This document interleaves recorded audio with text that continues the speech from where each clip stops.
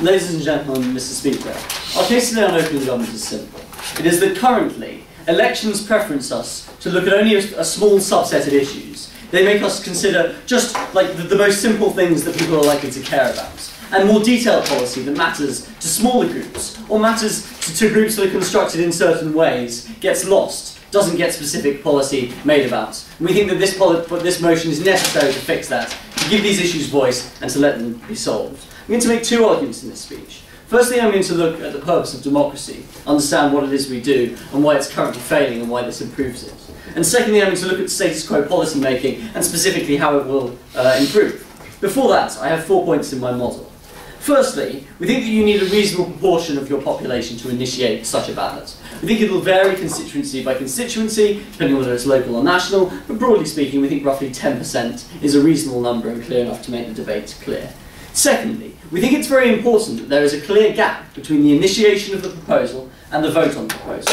We're very keen to have a lot of discussion around these ideas, a lot of discourse, and a lot of disagreement so that people can become informed about the issue and vote in this manner on an issue. And that's very important. Thirdly, we think they should obviously operate within the boundaries of constitutions. I think that's reasonable to set out. Fourthly, we support any reasonable limits on campaigning, campaign finance, and we think that we support these things in general for broader elections. We're very happy to limit the ways in which groups can campaign according to their money, but we think ultimately it will fall under most of the existing frameworks they have. So, what is the purpose of democracy? We think in general we adopt a democratic system because we find alternatives to be in some way abhorrent or non-representative of general interests. We think that something like a dictatorship or an oligarchy, no thanks, has only a small number of decision makers who basically focus on their own interests. Now, this is problematic not just because they tend to preference their own interests, which they do, so that they make decisions that benefit them, people they know, or groups to whom they relate or to whom they derive their support most crucially from, but also we think that it becomes very difficult for leaders to make value judgments. There are many policy issues that aren't a pure min-max, the sort of economic utilitarian calculus thing, but more based on values and what society generally believes. Now we accept that there's probably no perfect way of arriving at these, but we think it's probably the case that the best way of arriving at these is by aggregating the opinions of the population and looking at it in that way. We think that this is better than using a smaller group, which is ultimately what this is. Our case is that currently, policy making on many issues operates like this. And so that's what I need to move into consider in my second argument. So what are the problems with status quo policy?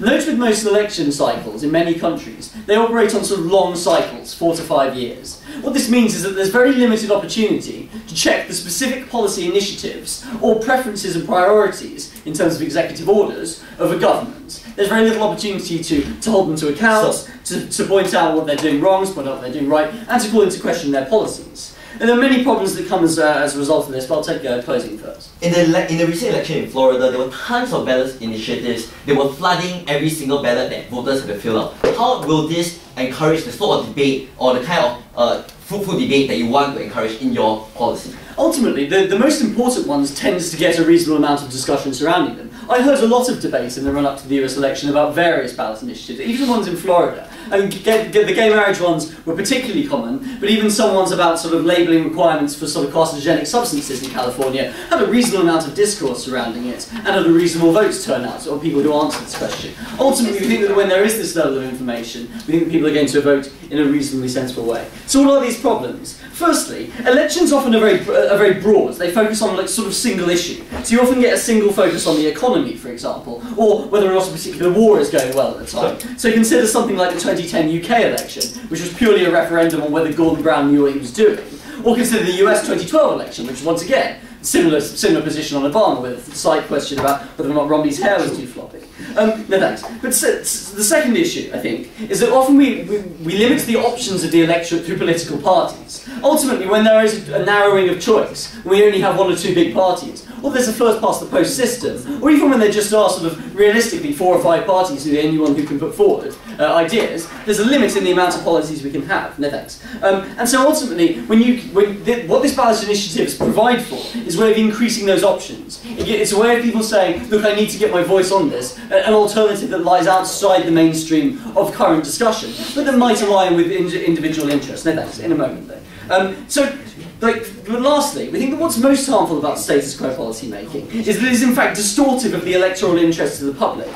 Why is that? You only have to appeal to the middle on the very broad, on that very broad policy I was talking about earlier. You only have to appeal to the middle on the economy, on how well you're fighting the war, in order to win over, thanks guys, most of the votes that you need to win. What that means is that you then have the rest of your policy making can be put to sort of appeasing the fringe minorities of your group, trying to get them to turn out, and trying to get them to not move to the other more extreme parties in a multiple party system. And so ultimately what you think you get out of this, no thanks, is you get issues where individual policies is made more and more extreme by each party, who then go on to implement that. The way in which we change this is we give them an incentive to make sure it's reasonable, otherwise it's going to get challenged at the ballot box, possibly defeat it, but also make them look very silly when the public come out in favour. I'll take Oatmeal if they want one. Yeah, so you mentioned it limits options of the electorate, but how do we give people more options when we're just making them vote yes or no on a single policy? I mean, that is more options. I mean, it's one more option, but it is better, right? I mean, this is a reasonable comparative. So, what are the types of issues that often crop up? Often you get things where political parties are willing to pander to corporate interests in order to get something through. For example, the Keystone XL pipeline, something that's going to harm large numbers of people, but ultimately nobody's going to vote on the basis of what the Keystone XL pipeline is, or at least not enough people for anyone to care about. So there's an incentive to pander to those interests. Or consider something like France, where there's a large unattached block of voters who vote for the Front National, who you want to get towards your party. And so you get more and more extreme immigration policy as a result of this. And it's very frequent in other multi-party democracy systems, where immigration policy becomes more extreme, and something like Sarkozy expelling the Roma becomes an extremely popular political move, because there's nobody who can check on that. What we do when we provide this policy is we give people a way to check on that. We give them a way to have their voices heard on a specific issue that might not be electorally determinative for them, but is still something they care about. They probably care more about their tax rate. They probably care more about the level of welfare payments. They probably care more about whether or not they're going to get a job in the future. But they do care about this as well. We give them no way, under our opposition side, to get this view heard. On our side, at least we have some way, at least we have some increase of choice. That's why we're happy to stand in proposition. Thank you very much. That's good to go. Okay, and now representing 15, first up.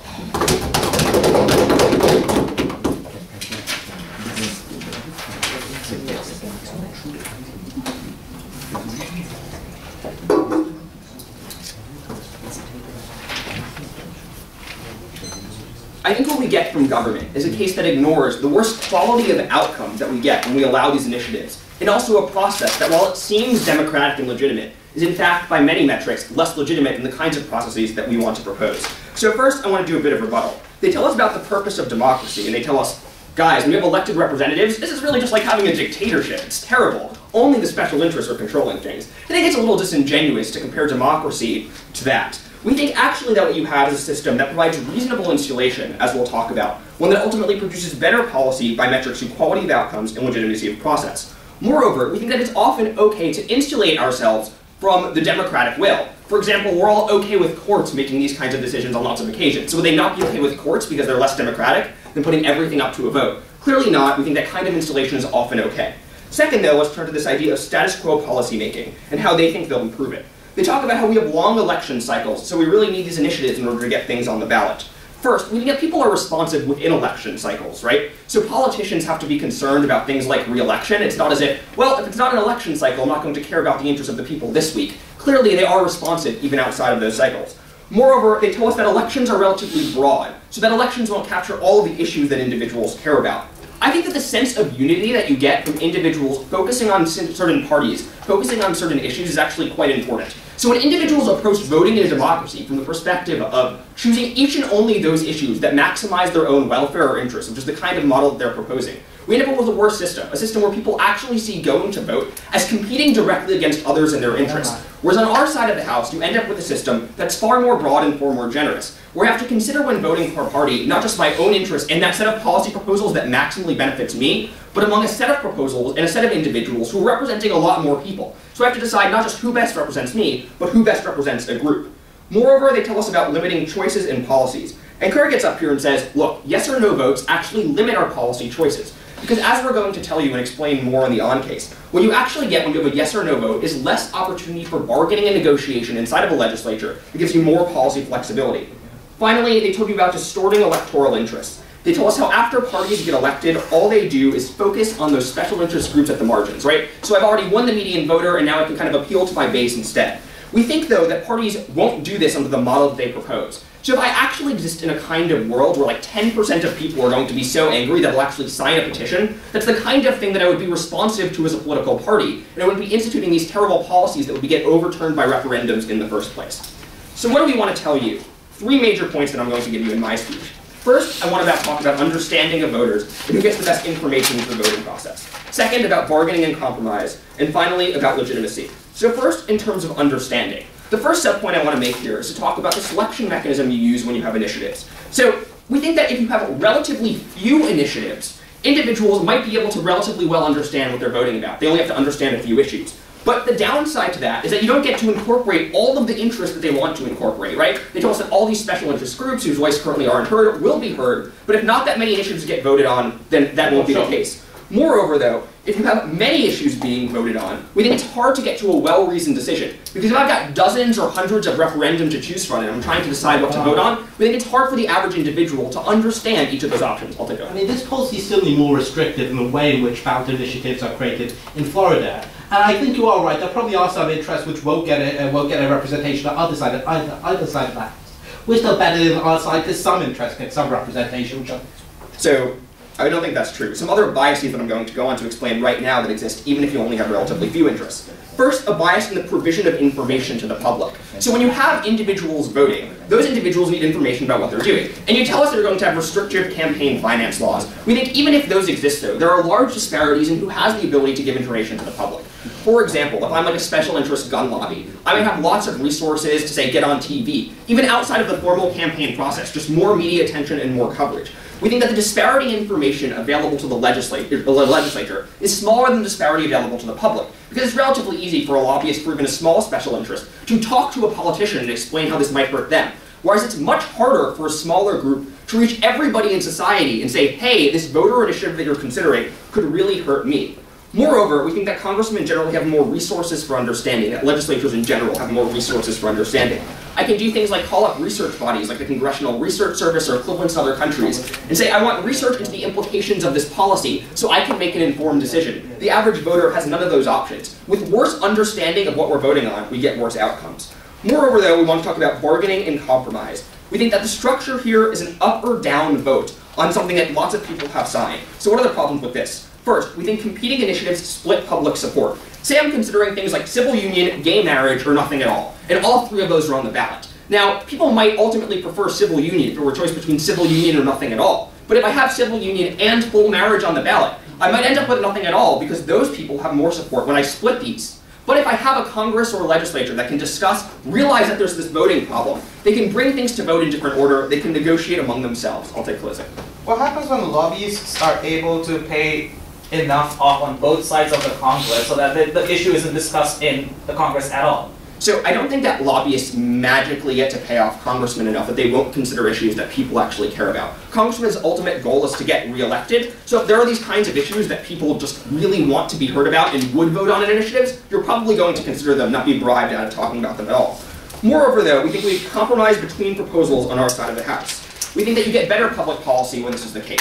So if I'm considering, say, an initiative that's an up or down vote, maybe that specific initiative won't get enough public support. But if I weakened it slightly, I could get a better public policy. The opportunity to, say, weaken those policies through dialogue with the other side only exists in the legislature, only achieves on our side of the House. Moreover, we think repeated attempts at bringing things up are more likely on our side of the House because of their lower cost. So when it's less costly to bring an initiative up, say because I'm discussing it in Congress where it's just introducing a bill, versus collecting the signatures of 10% of my voting population, I can consider it far more frequently. But if, say, supporters of gay marriage only have the financial resources to gather those signatures once every 10 years, and when an opinion shift in 5, I can't bring it up again. You can bring it up again in the legislature. Finally, though, we want to talk about legitimacy. We told you all of the ways the quality of outcomes are actually better on our side of the House, through better understanding, through bargaining and compromise. And we ultimately think so this connects to legitimacy of the process. Because what matters isn't just how many people vote on an issue, but whether people give due consideration in the voting process to the interest of others. That due consideration only happens through the legislature.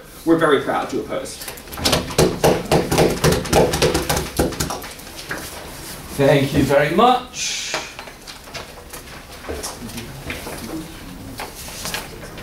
even if college-branded debate were maybe against the spirit of the tournaments. Nonetheless, if you guys are ready to go, I will call upon the second prop speaker. I just want to make one thing clear from the outset.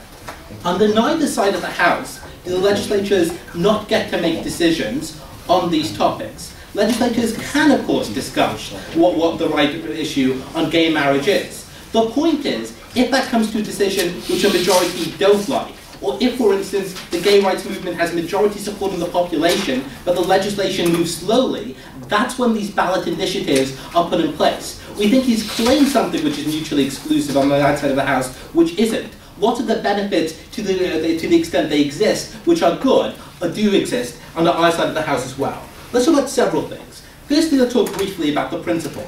We're more than happy to say that in some circumstances we should insulate legislation from the popular will. We don't think we need to make an absolute statement to say it's generally a good thing to allow individuals to have opinion. Why particularly in this circumstance? One, let's talk about policymakers. As James tells you, let's assume that most policymakers are rational, maximising individuals whose primary interest, even if their only interest, is get re-elected. We think that's probably a better approximation that policymakers are good and simply care about individuals. Why does that matter?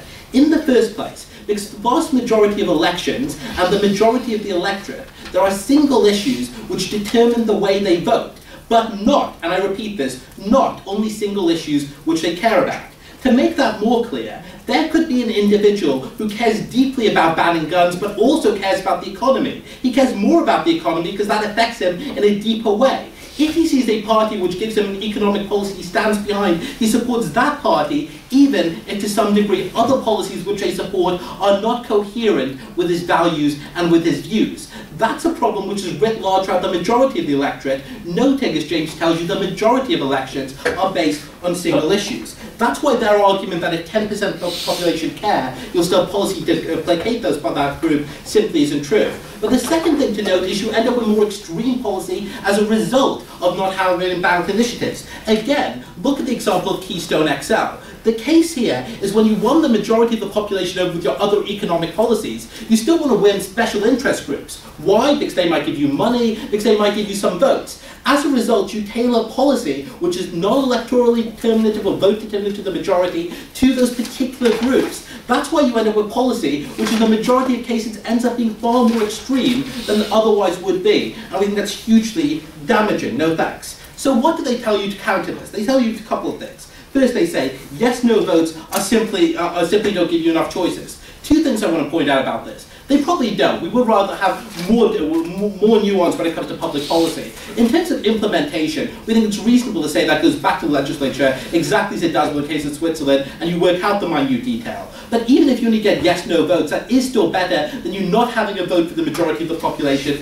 about those issues. Secondly, he says, well, these legislators are in a better position because they have better ability to get knowledge, to get information. It is true you have a better ability to get information. That's not something we would dispute. We are going to make two claims, though. One, even if you have a better position to get information about what the right decision is on maximizing the economy or maximizing or optimizing decisions, there's no reason why you have better information about value judgments, as James tells you at the start. Why, just because you have a research body, do you have better information about what the right thing to do is, rather what the optimizing thing to do is? But secondly, that presupposes you use that information. I might be the best informed person, but if I use that information which I don't use that information in a way which is beneficial to the majority, that simply doesn't matter. Their claim can't simply be that you have the ability to have more information, but that you actually have to use that information. No thanks. Secondly, they claim, well, you get incoherent decisions when you have multiple things on the ballot. The first thing I want to say is we do accept that our policy is more restricted than some used in the status quo. It's also less restricted than the majority of states which don't have it, because you normally don't have a 10% threshold at all. That might mean there'll be certain issues we would like people to debate which aren't being debated, but we're okay with that because we think at least some issues are being discussed. There might be lots of issues on the ballot initiative, but we do think you end up with some level of democratic debate about it, which I'm going to talk about now. So let's talk about the way in which individuals themselves make decisions overall. But first, top off. Sure. Special interests have more power among the general public than among the legislature. because you need lots more money to communicate in the public than with the legislature. So it might actually weaken small groups and might turn things over to the general public. Okay, so often what happens with special interest groups are a couple of things. In the first place, when you have a referenda on major issues, is you get a large amount of media discourse. It's not simply a single electoral ad, it's something which is being discussed often. Look, for instance, when it comes to gay marriage ballot initiatives. These aren't subjects which are just being determined by a few ads. It's something which is being discussed on news networks overall, because it's a major issue for a large group of people. So we do think that often equalizes coverage. But the second thing is often just having that money is hugely beneficial when it comes to small rooms. And this is what I want to talk about when it comes to decision making under the status quo. Because how exactly do you get the policy you want?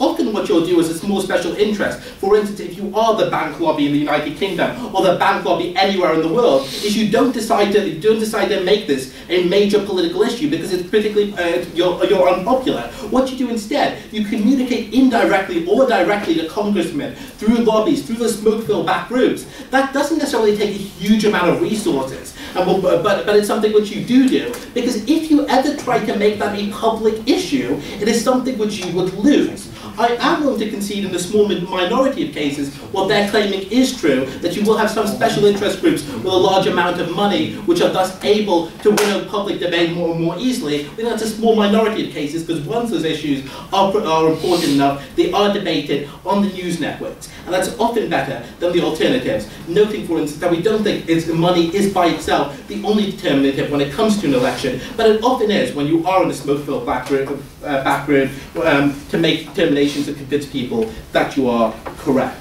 And note what this has led to, and look at some of the most insidious consequences. That you end up with policy in many democracies which is awful when it comes to placating the interest of the majority. The way David Cameron, for instance, in order to win over UKIP, decides to become more and more, win over UKIP voters, decides to have more and more restricted immigration policies and downright racist policies. To some degree, he knows that he's not going to lose many parts of his base as long as the economy is doing quite well, which it isn't, but that's besides the point of this case. Or when you look at the case, for instance, in France, where you end up with Sarkozy and Hollande having far more restricted immigration policies because they know for the majority that isn't what the election is going to be about, but for the minority they can capture some of those votes at the Front National, so they ultimately do it. And that's incredibly harmful to large groups. In the end, elections aren't about all the issues, even all the issues people care about. What this policy does is allow individuals, when they have a large or strong opinion, to get that view across. We're very happy.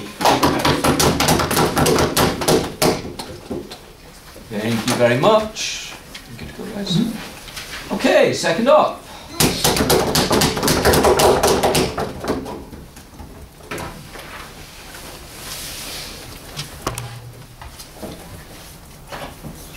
Great, thank you, Mr. Speaker. So, Gov ends their last speech by telling you that elections aren't about all of the issues. Sure, this might be true, but neither are referenda, and they're not about all of the people in your democracy either. I'm going to bring you two new constructive points. The first thing I'm going to tell you is why we get bad legislation, and the second thing I'm going to talk to you about is how we distort general elections and elections on less popular and less media-covered referenda. But before I do, a bit of rebuttal.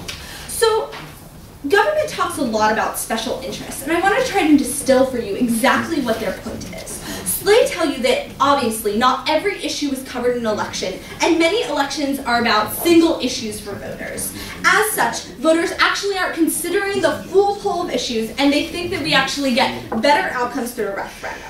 I don't think this is true for a couple of different reasons. So first of all, when we have primary elections or multi-party systems, oftentimes there's a choice between different candidates who might share the same view on one issue, say the economy, but different views on your secondary or third issues that you care about. For example, gay marriage or another social issue that you also want to be able to vote on.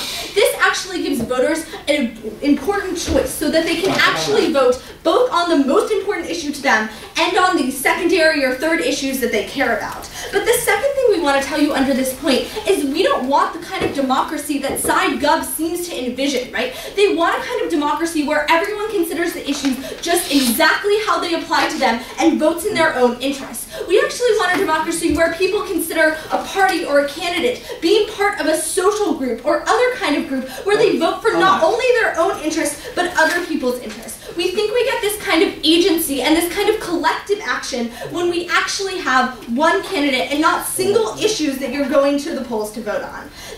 Last thing we want to tell you is we actually think that people voting on referendum are the very extreme people that they're trying to not have their way on their side, right? So the people who show up to the polls to vote on a specific issue or a specific set of issues are the people who it is their primary issue when they're voting in the general election as well, right? There's a significant cost to me going to the poll, especially when referendums seem to happen as much as they want to on their side of the house. And as such, I don't think you actually get any more issues heard. You get more extreme votes, which I'm going to talk about in my fourth point.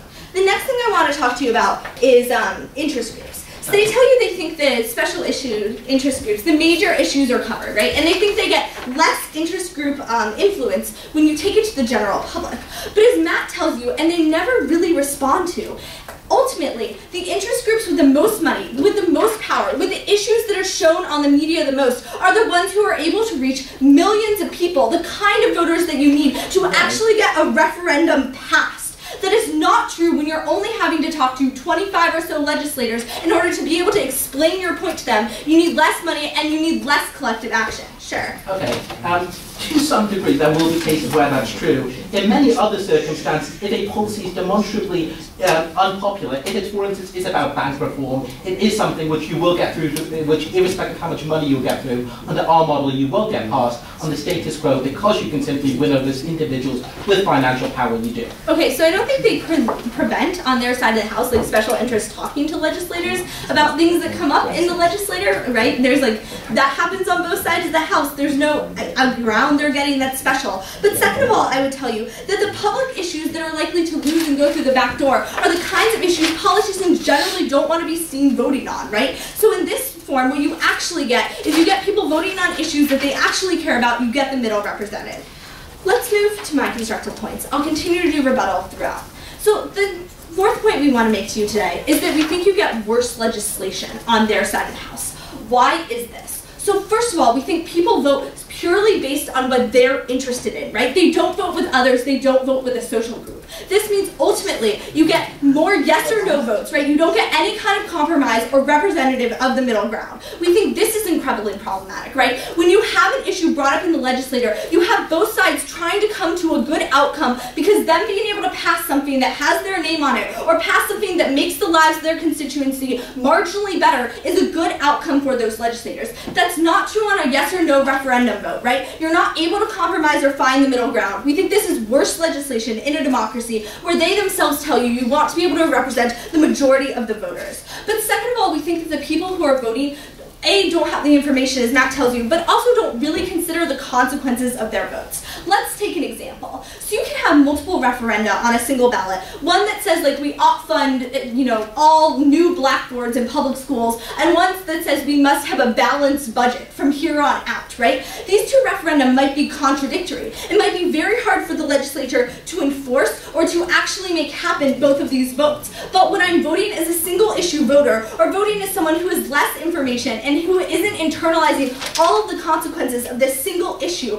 I may make a very bad decision that ultimately becomes incredibly problematic for the legislator to enforce. Now, on their side of the house, they tell you that the legislator can still discuss these issues after the referendum have passed. But we tell you that actually, if the population considered the legislation and decided on it one way or another, the legislator will be particularly less likely to take up this issue again because it looks like they're directly contradicting the majority of will of the people. But it's not actually, no thanks, the majority of the will of people being represented. Sure, I'll take you now. It's not just that they can discuss it after the referendum, it's they can discuss it before. If the discussion that you say is possible to occur can actually occur, it will happen and there'll be no need for the referendum. But at least if that doesn't occur, we do give an opportunity to correct that. So I actually think that, as we've told you, the only issues that actually get discussed in media are those issues like gay marriage, which are themselves incredibly inflammatory and have two extremist views. That's why when you go to the polls, and this is my last point, last constructive point, you actually skew outcomes because there's a collective action problem where the people in the middle, the people who don't care strongly either way, don't actually show up to vote. But the people on either side do show up to vote. This preferences large special interest groups, but it also means that when you're voting on multiple referenda in the same ballot, or you're voting on the general election in the same ballot, you skew the democratic outcomes of these other elections. Because what you do is you mean that people who vote one issue disproportionately show up, and sure, they check the other boxes, but it's not actually the majority will of the people. It's not actually the average voter making these decisions. This is incredibly problematic in a democracy when you're incentivizing one group of people or two extreme groups of people to come to the polls and not just vote on the issue they care about, but vote on many issues that they're not qualified to as well. We're proud of those.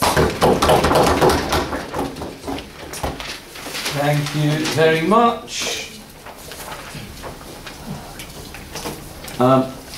Obviously, it's very important in debating to speak to your partners, and I wouldn't like to discourage that. This is quite a small room, so people could keep that as quiet as possible. That'd be lovely. We good to go? Cool, moving into the back half. Prop 3.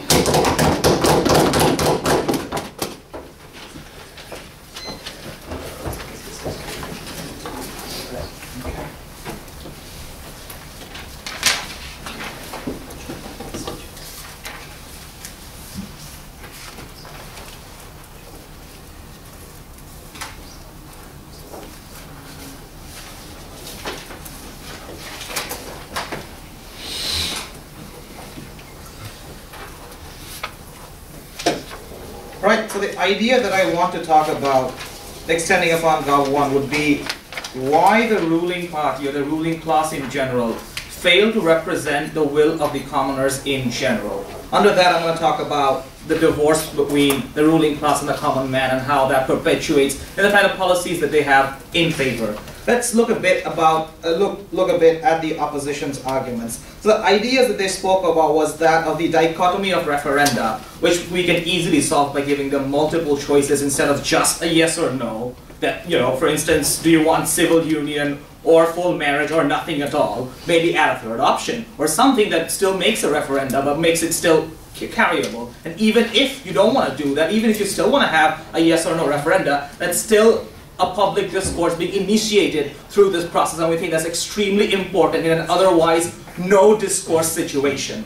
Also, they speak about the screening that happens on the secondary and the tertiary issues within your primary elections. To this we say the Democratic primaries, the Republican primaries, the party primaries that essentially take place within the party system and not the common voters in general, which essentially means that only registered Democrats or Democrat-leaning people will show up at the Democratic primaries to skew the discourse that happens within the Democratic caucus further towards the level that they have preference in, instead of the populace as a whole. We think that is not a correct system. The last idea that they speak about, the other idea they speak about, was this of collective agency and how we need to make sure that we give, you know, we elect one entire package of the Democrat Party as a whole instead of individual issues. We think when you elect party packages as a whole, this is disfranchising towards the people, because they're not essentially having their will being represented exactly, but rather they're being given a will to choose between the lesser of the two evils or whatever package they more sympathize towards. We think that's particularly problematic.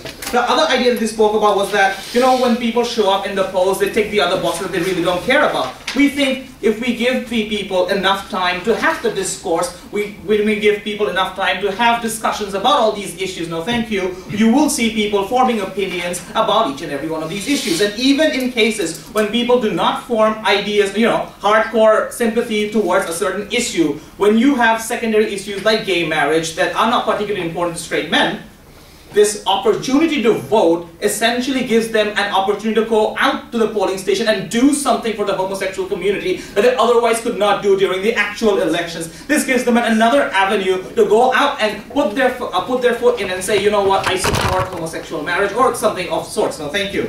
The idea of the divorce between the ruling class and the common citizenry, right? Let's understand the ruling class in general. They're essentially, and I'm going to generalize a bit, they're mostly aristocratic, they're historically rich people, and they have a whole separate type of lifestyle. And it's true in developed nations, but it's especially true and compounding in developing nations, Mr. Speaker, where the rich keeps getting richer and the poor keeps getting poorer. What kind of lifestyle differences do they have? They go to private schools, issues, the differences perpetuating what they eat, what their pastimes are, what kind of jobs they hold, what kind of third world or first world problems, if I may say so, do they have, what kind of their ease of taking a bank loan, so on and so forth. We think these kind of problems and the differences that exist between the ruling class and the common citizenry is common across both the benches. So it's not a divorce between the Democrats and the people or the Republicans and the people. It's a divorce between the Congress as a whole and the people. And I think that is particularly problematic. No, thank you.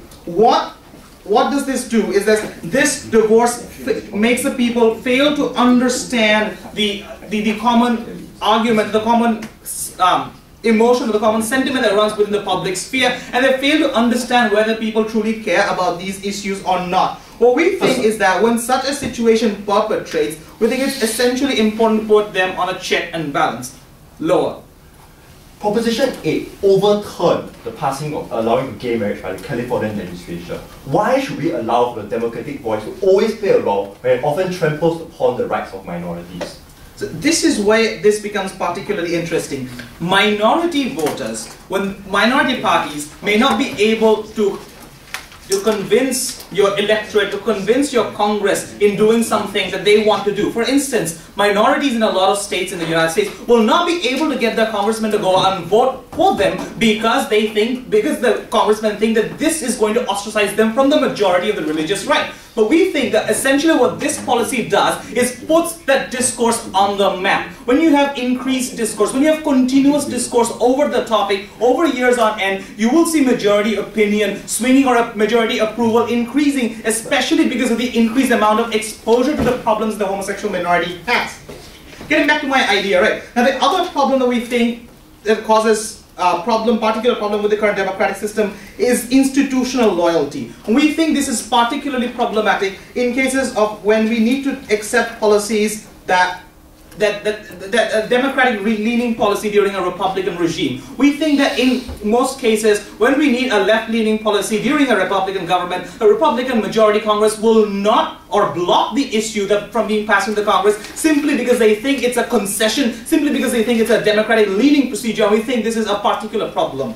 Yes? Given all of the information problems that the common people face and their limited choices, why is it better to give those decisions directly to them rather than to allow some intervening steps that mitigate against some of the mistakes that they might make? This is a false dichotomy that opposition puts up, right? We already are giving, and these legislators already still have the power to have those discussions. Legislators still have the power, we still have the power to go to those legislators and tell them, you know what, this is our problem. But often enough, legislators will shut us down because they don't think it's an issue for them to propagate. In that case, what do?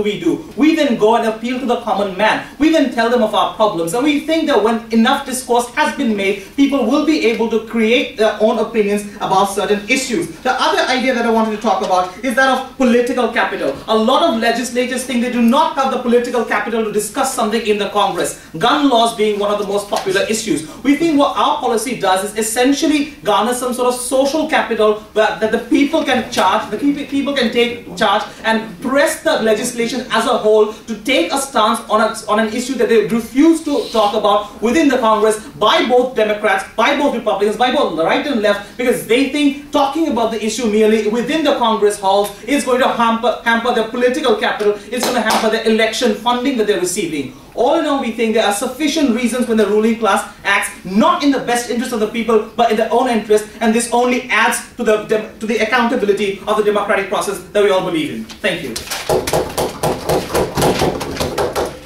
Thank you very much. Cool, third up.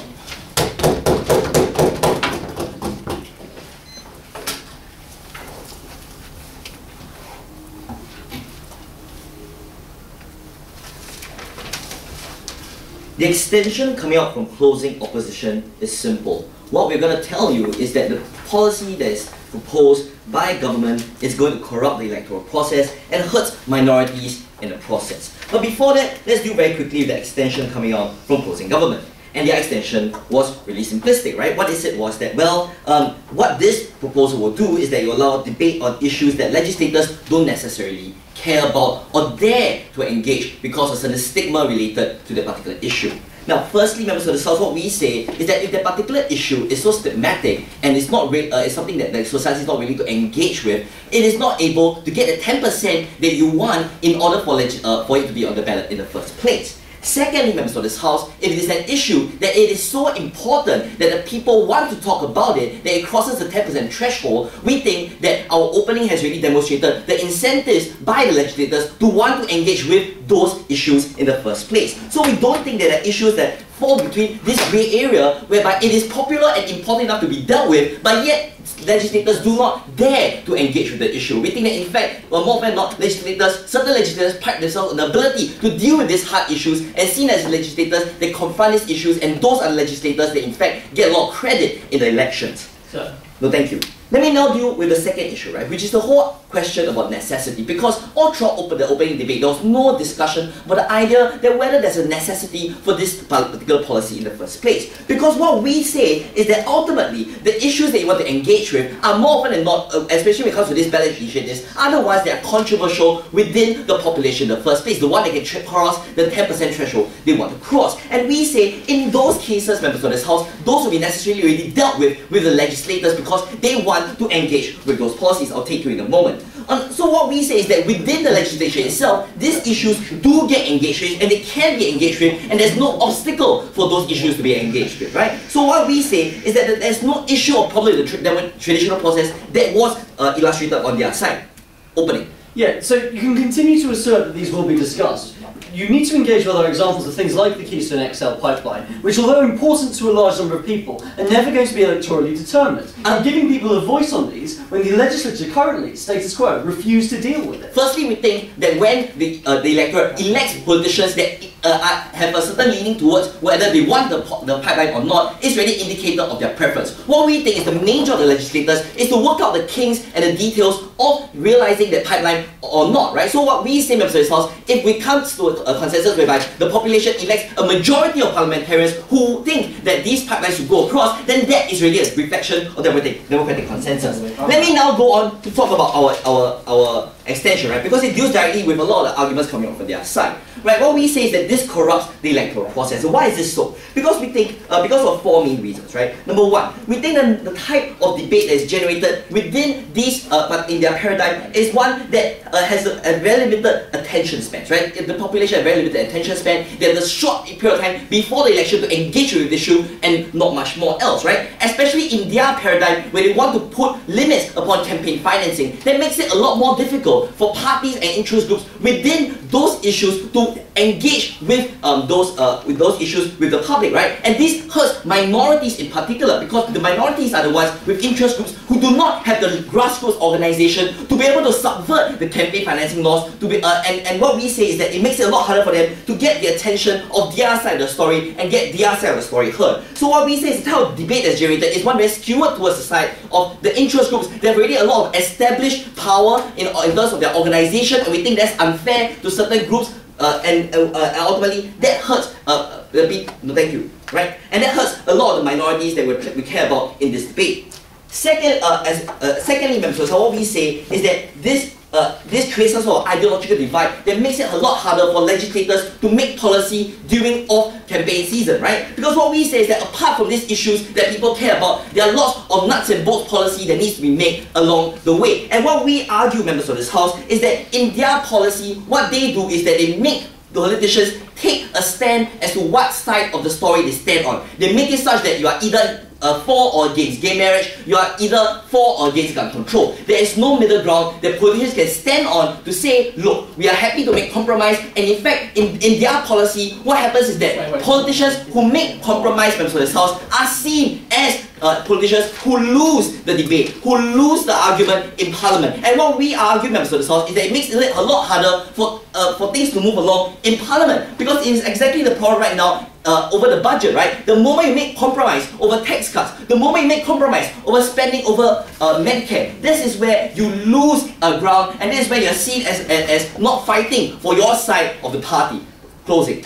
in a situation where no discussion or no compromise is being made in the parliament on issues like gun control, on issues like gay marriage, don't you think a simple yes or no is still progress? We think that ultimately, if you really want just a yes or no answer, or whether the country as a whole is willing to endorse this particular idea, what we have is that we can do that through the electoral process. If people are more or less for gun control, they will get politicians who fight for their particular issues. We don't think you need this policy to get that sort of answer. No, thank you. Let me then move on to the third argument, right? What we argue is, in fact, it corrupts the electoral process, but because it is made use of by the politicians or the political operatives to get certain political outcomes that they want. This is what we saw in Florida that I hinted at in my initial POI, right? Then what happened was that these politicians tend to congest the ballot and flood the ballot with ballot initiatives in order to make it so tiresome for voters to want to go to the ballot box in the first place, and makes it a lot harder for them to get to want to vote, and we say that undermines the legitimacy of that particular election. And lastly, what we argue is that at the end of the day, what this does is that it hurts progressive policy, because at the end of the day, progressive policy is made through the process of compromise, and we are able to make some sort of compromise where we allow politicians the leeway to say that yes, we will trade this particular line of policy for this particular item. We think that is where you allow progressive policy to be made, because then people can stand on the grey area and argue for certain moderations to be made. When we have their policy where there are ballot initiatives, politicians are made to stand on either side and say yes, we are for it, no, we are not, and when they subvert from their line, either A, they are made to seem as though they lost, or two, they are made to seem as though they flip-flop on their particular policy and made to seem as though they are less than capable politicians. And at the end of the day, given that this particular policy corrupts the electoral process and hurts minorities in the process, this motion must fall. Okay, thank you very much.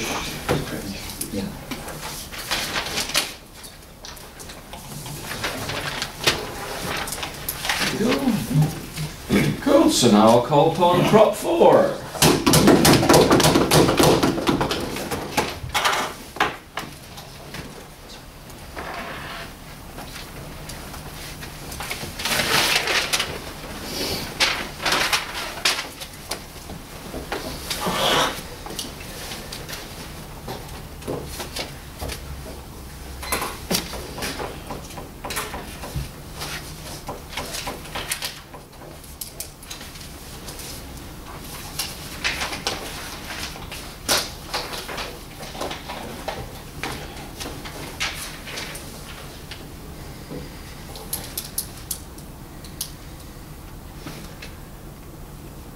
Before I get into the important questions of the debate, let's just kind of try to remember why parliaments are being formed. If there was a direct democracy where every single issue was voted on by the entire population, like a referendum, that might be reflective of the people's will a little bit more, that would probably be kind of impractical. So we have the parliament which elect the representatives in order to, give certain promises during their campaign process, and based on that we vote for them, and then they act, hopefully, they stay true to their promises and they act in parliament. However, in many cases what we do see is that one, they either do not attempt to go after certain policies that might be helpful towards the people because they feel there won't be enough political capital for it to carry through, gun control for example, or alternately, and very frequently, politicians are just plain dishonest, or politicians cater to certain interests that are not of the greater people, or even against the interests of certain large amounts of the population, and again, politicians have their own little club inside it, the big club. So, having considered that, what was important in this debate? First, does the current democratic system really cover all the issues that are important to people, even if those issues aren't central towards swinging an election? That's one. Number two, is this collective agency of, yes, caring for the bigger group collective really better than a customized set of demands into which you don't need to buy into an entire package of political campaign promises, but rather choose exactly what you want and try to have those issues raised in parliament? And number three, when the government is divorced from the people, as very frequently is, face it, Congress is often full of one-percenters, and I'm pretty sure there are a lot of political dynasties coming up in a lot of developing countries and developed countries as well. How exactly do the people get their demands discussed in parliament, especially if those demands are often too controversial for the politicians to want to touch in the first place? And lastly, does it really corrupt the political system in order to have more feedback from the people on various issues at times other than the designated election cycle times? We think in all these questions we want to answer them. I'll take you later. So firstly, we see that the upper government have talked about the electoral cycle being very wide-spaced and so forth. But I think what's really important here is, for example, if you look at the gun control issue, the very few people who would actually change their vote based on gun control would be the ones who own guns and want to keep those guns. Whereas even if there is a majority who do not really want guns to be freely available, they won't change their vote based on that. And as a result, and I'll give the government credit for that, a lot of politicians tend to go for the narrow interest because that's where there'll be a real difference in the electoral results. So I don't necessarily think this is a holistic system that absorbs everything. However, moving on, is this collective agency of going for, I'll take it in a minute, going for a full set of electoral packages enough? I don't particularly think so, because ultimately the reason why we give each man a vote is because we give each man the right to represent his own opinion and go after his own interests. So if, for example, you do not like the entire electoral package, but you do have a certain set of demands, we think it's perfectly rational for you, if you can find enough people who agree with you, to go for those demands later in Parliament. Thank you, sir. Do you really think that's a good kind of government, where I vote only in my self-interest for the policies that maximize for me, and I say, take wealth from him because I'm the majority and that's the way I should be voting? Here you go. Firstly, a referendum doesn't dictate those terms to the Parliament, it just makes them discuss it and drive the legislation forward. That's one. And secondly, you have a vote so that you can go for your own personal interest. I don't see why using your vote to pursue your personal interest is such a bad thing. So, moving on. I believe the lower government talked so much about how if an important issue is important enough to get 10% support, surely it's going to be discussed on its own without a referendum. Rohingyas in Myanmar.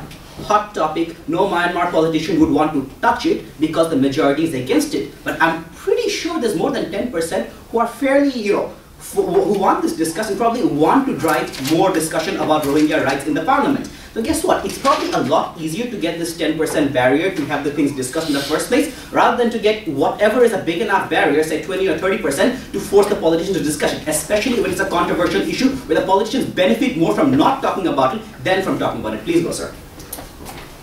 If a ballot on Rohingya rights were to be held in Myanmar today, do you think Rohingyas suffer more or less than compared to status quo? I think the Rohingyas suffer a lot as it is right now, and I think the main reason for their suffering is because nobody wants to talk about it, nobody wants to deal with the issue. So if that ballot was held and if the discussion was held, there are certain Rohingya rights that are inalienable, and you simply can't talk over how these people are continuously being persecuted. You'd have to address the issue in the first place, and that was the problem that is not being addressed. So moving on. Is the government really divorced from the people? Or what happens there? Because very often, and I'm sure everybody in every country can possibly see this in a double-party system, very often one party isn't necessarily good for the good for the country, but rather people vote on whether it's less bad for the country or not. You can have the Republicans, and they have a certain set of political agendas which are not necessarily in line with the people or their interests, and you have the Democrats are the same. And you have, in every two-party system it happens. However, what happens when both parties are bad choices? You tend to try to minimize the damage by voting for whoever's political agenda or campaign agenda seems less damaging to you or encompasses a larger number of good qualities in your value system. However, we think what would be much better is if you have those values that you think are good and do not want to accept those values that you think are bad, and simply customize your choice to have those particularly promoted up there and have those discussed. What that would do is, one, it would prevent the politicians and the parties from essentially lumping a lot of bad values together with the good values and therefore pass through an electoral agenda on the strength of certain central issues while having definitely detrimental side issues together. But moreover, and this is quite important, what you have is you don't necessarily wait for the politicians to reach some sort of compromise. You don't wait for them to decide if there's sufficient political capital to do something. Rather, you push it forward and force them to engage proactively. And I think that probably prevents disenfranchisement a lot more.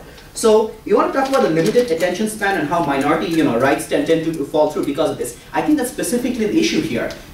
There is a limited attention span, and when the big political cycle occurs during the election cycle, the minority issues get pushed to a side because the big central issues that get discussed the most And it's very difficult for minority issues and any other smaller, less important issues to get any attention, and this attention is important. What this, having these referendums that drive legislation allow you to do is when those issues are not central anymore, when they're not taking up all the news headlines, they're not taking up everyone's attention, you can bring those forward and they stand a better chance of falling into the public eye, of being discussed more, and therefore hopefully having something positive done out of it. And for all these reasons, I think these issues are more important to the government side, especially the opposing government side. Thank you very much. Okay, thank you very much. Bot 4.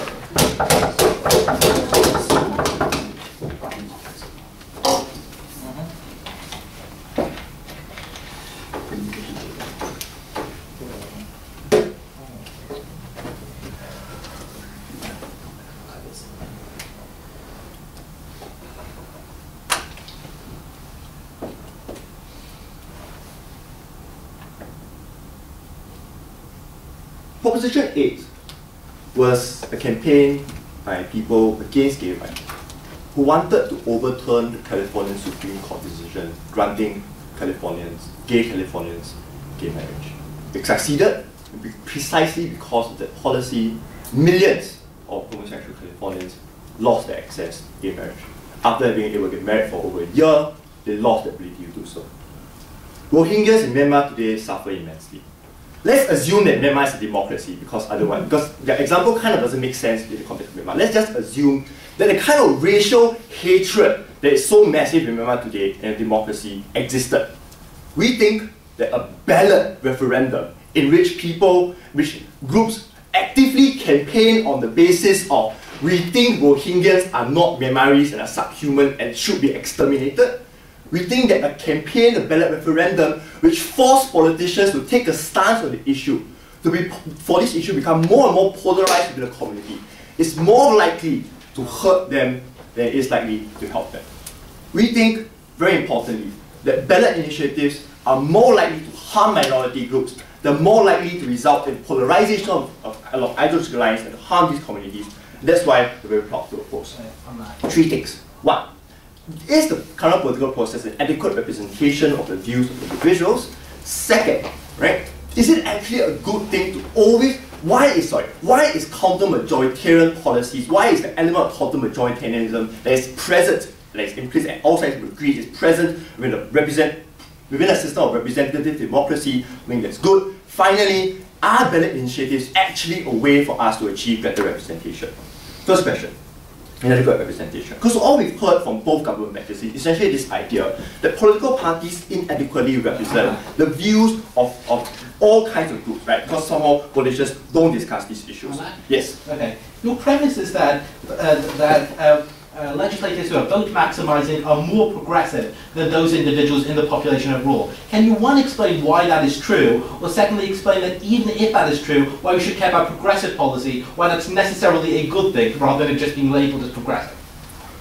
We think, first of all, legislators are as Supreme Courts, for example, are sometimes more progressive than individuals, right? Because they're aligned by a broader ideology, or because they're aligned by a particular belief that this is something that is right for them to do. Because they believe that it's important for legislators to go against these particular sentiments of bigotry, of hatred, right? But second, we think that we exist in a system in which we recognize the majoritarian rule is not always perfect, majoritarian rule is not always good, because it's more likely, especially in these instances, to give way to the kind of hatreds, the kind of resentments that they think, that we think are generally bad. And in this instance, it's good for us to have a system that pays a check against these particular influences, right? But going back to my responses, what they tell us today is that somehow, and this argument is extended by the closing, when they say that somehow politicians don't like to discuss controversial issues and they refuse to take a stance. If an issue is so controversial that politicians lose political capital by engaging in it, we think it is likely that they won't achieve any positive outcomes if a ballot referendum was actually put in place. I really love this particular issue. Then they give us examples, openly give us examples about the Keystone Pipeline. But this is manifestly untrue. Obama has made a decision about the Keystone Pipeline. He postponed the idea of even building it in the first place, right? With individuals, with energy agencies that don't really that they decided that they don't want to engage with these issues, and environmental groups and engaging in political parties and engaging in discourse that says that this is something that's actually that opposing these particular policies, right? Then closing also tells us that legislators are basically too rich and don't understand the mindset of people, and therefore it's not possible for them to even represent them effectively in the first place. Two responses. One, we think we just had an election in which one of the main critiques against a major political candidate was that he was out of touch and too rich. This is not true. Second, legislators need to get re-elected. They have to seem as if, appear as if they understand the views of the people. So we don't think this argument even stands in the first place, right? Then they say this. They say that minorities ultimately, that at least under their model, minorities can engage in debate and can push for certain things, right? There are several responses to this. First, we think that ultimately minorities under our system can also engage in the political process because they need to convince legislators that this is something that will gain them vote. They need to convince people to support these things. Both these things are not mutually exclusive under our model. But we think more importantly, in their model where citizen referenda, and this is something important that cannot for you, they had no response because of the limited nature of the attention span of the voter. Because most of these campaigns and the discourse that is generated, like they say is actually generated, is actually most of the time just television advertisements, bombarding individuals. It's more organized groups like churches, for example, engaging in these particular campaigns. What often happens is that the most likely kind of discourse that you generate and the most arguments that gain the greatest traction amongst individuals are the kind of emotional rhetoric and demagogic response that we think is negative. And we think that kind of when minorities engage in those debates, they're more likely to lose, and this discourse is more likely to be negative. Closing. Because of re-election, don't you think that the politicians' loyalty towards their financiers is greater than their loyalty towards the people? No, because financiers don't vote for them, right? Most people vote for these individuals. So the loyalty to politicians is more towards the people who actually vote for them to come into office, rather than people who just put their money. That doesn't stand. Last question, right? Is the ballot process actually used as a way to effectively represent the views of individuals? Because what we assume from all sides so far is that ballots are used by citizens as a kind of way to generate the kind of interest that they want and their views represented in the process. But what Kenneth told you, right, and was no response that we heard from the closing government, was that oftentimes these ballot initiatives are used in a cynical fashion by politicians and industrial operatives to achieve other political outcomes. So what we saw, for example, was that in 2004, Karl Rove put gay marriage amendments on ballots in places like Ohio, for example, in order to ensure that conservative Christians would come out to vote for George W. Bush in his critical swing state. Proposition 137, anti-immigration bill by Governor Wilson in the 90s, used in order to secure his own re-election campaign because he wanted to ensure that people who were against immigration would come out to vote for him. In many of these instances, we think it's more likely that the well-funded groups, more likely that if the political organizations who have the capacity to organize and to ensure that these referenda get put on the ballot, the capacity to organize to support to ensure that these referenda put on the ballot, are more likely to be the ones engaging in this activity. So what you don't have is you don't have citizens actually engaging in this activity, but the process is subverted to become one in which interest groups ensure that the ballot process is used to achieve other political outcomes that they want. We think this is insidious. We think this corrupts the electoral process, and we think this harms people even more. And that's why, Mr. Speaker, we're very proud to oppose.